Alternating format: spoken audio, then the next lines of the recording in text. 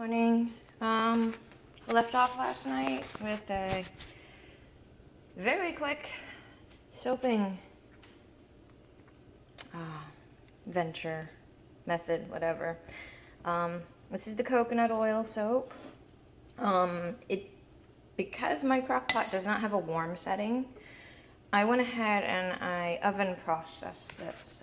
I like to put my crock on warm and let it sit for the 3 hours that it takes to cook, just so I don't have to mess with it. Warm on my larger crock pot gets a very good temperature, about 160, 170 degrees.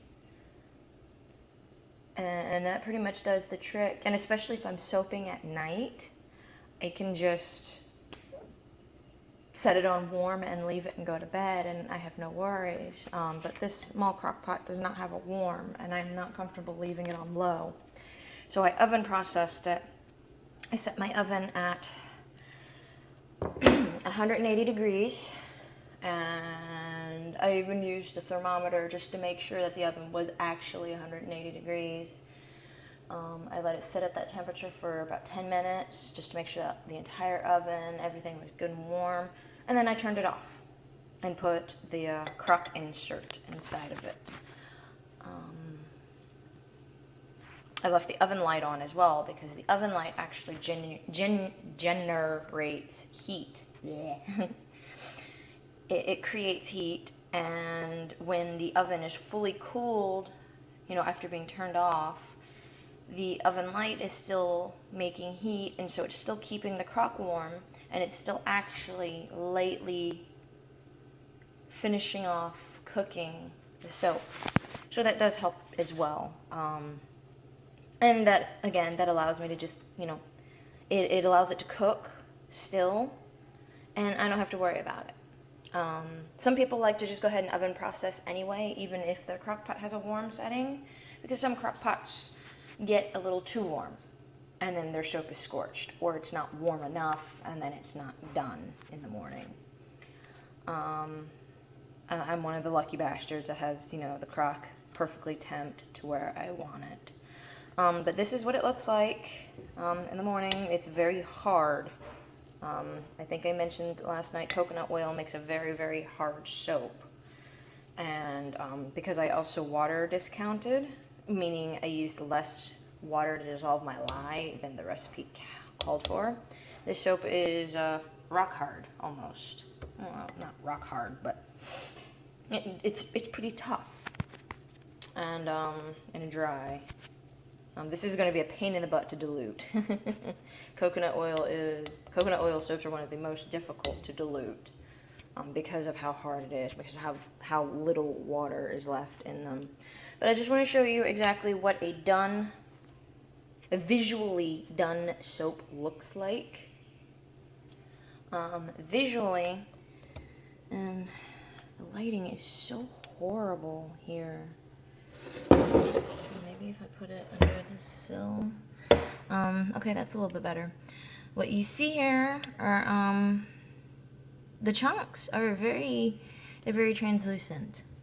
There's a difference between translucent and transparent. You want translucent. Translucent soap, or translucent anything, is where light partially passes through, but it cannot completely pass through. It's not perfectly clear. This is where light is passing through, but it's not perfectly clear. That's transparent, or translucent soap. You get your transparency with your diluted soap. Well, when it's diluted, the soap is spread out and dissolved, and more light is allowed to pass through. Pretty much, when you look at your soap for that visual doneness, you want to be able to pick up any random piece and say, okay, that's translucent. Like here, I just picked up another random. That's translucent. It looks like quartz crystal.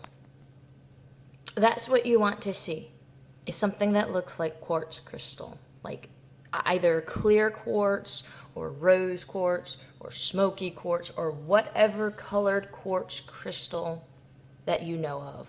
Amethyst is another quartz crystal.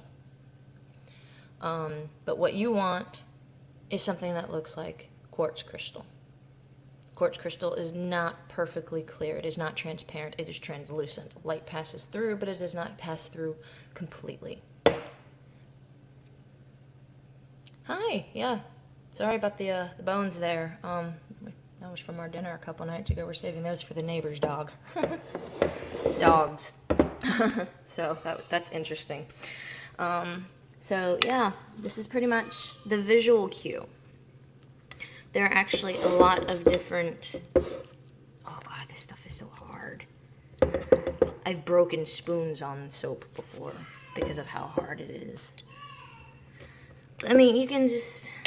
The light is reflecting off of this so poorly. I mean, you can just about look at it and tell that, hey, it's done. Look, like that piece right there. This part is awesome looking. I'm just gonna pull a chunk off. Ooh, sorry for the brightness. I'm gonna try to adjust the focus on the camera. There we go. Look at that. Looks like a raw piece of quartz. That's what you want visually, okay? Now what I'm going to do next is the clarity test. The clarity test is where you dissolve a piece of your soap into hot or preferably lukewarm water. Because what I found as a soap maker, especially as a liquid soap maker, is that hot water gives you a false clarity. When temperatures rise above, when the soap gets above a certain temperature, it's clear. And it doesn't tell you if there are free fats in it. Basically, the clarity test is to test to see if there are any free-floating fats left in your soap, something that didn't get saponified. And if there are free fats, if the soap is milky, like milk, like, hey, that kind of milky, that's some butter my husband and I are trying to work on. We picked up the wrong milk fat for it. But yeah, if it looks milky like that, you need to keep cooking. Just keep cooking, keep cooking. If it looks like milk, keep cooking. If it's just lightly cloudy, I would still say keep cooking for like another hour still. But chances are, if it's just lightly cloudy, like murky, then you have free fats, and the only other suggestion for that would be to try sequestering agents, because there could be any number of reasons why the soap is lightly cloudy. It could be you used tap water. Tap water is bad for your soap for numerous reasons. But say you use tap water, or you used a different liquid that's not water, and it causes the soap to be cloudy. I think some people like to use aloe vera juice, and I think that causes clouding. I'm not 100% sure. I don't use it.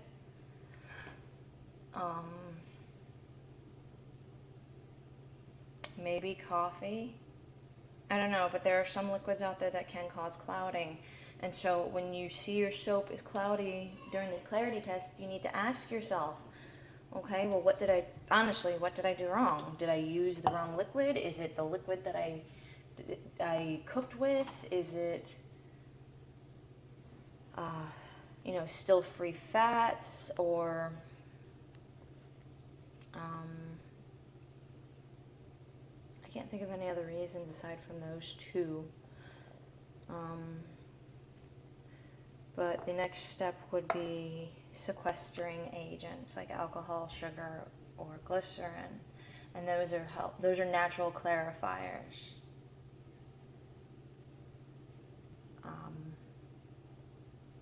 Basically, they solubilize the fats into the soap and the water and everything, and so it clears it up.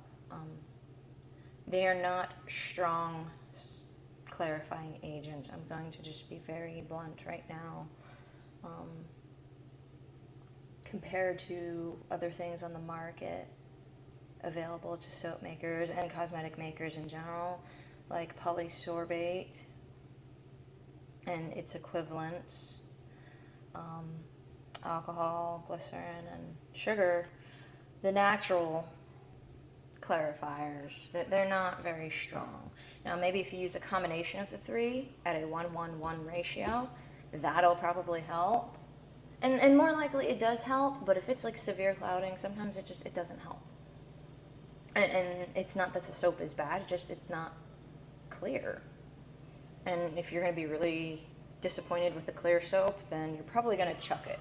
If you're okay with settling with, okay, this is a clear soap, I'm going to chalk it up as a bad experience and learn from it, then do that. That'd probably be your best bet.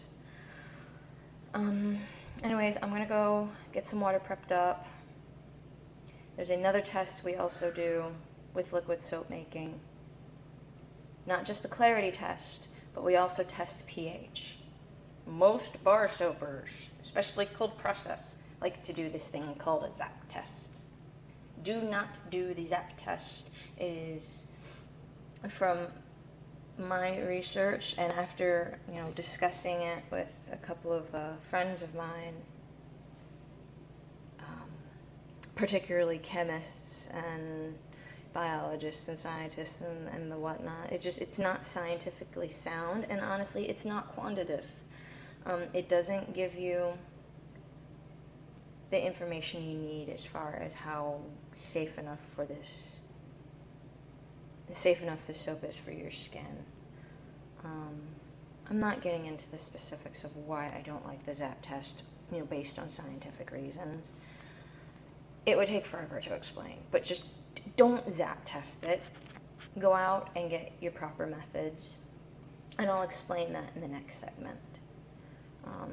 In the meantime, I got some things to collect, and I'll be right back.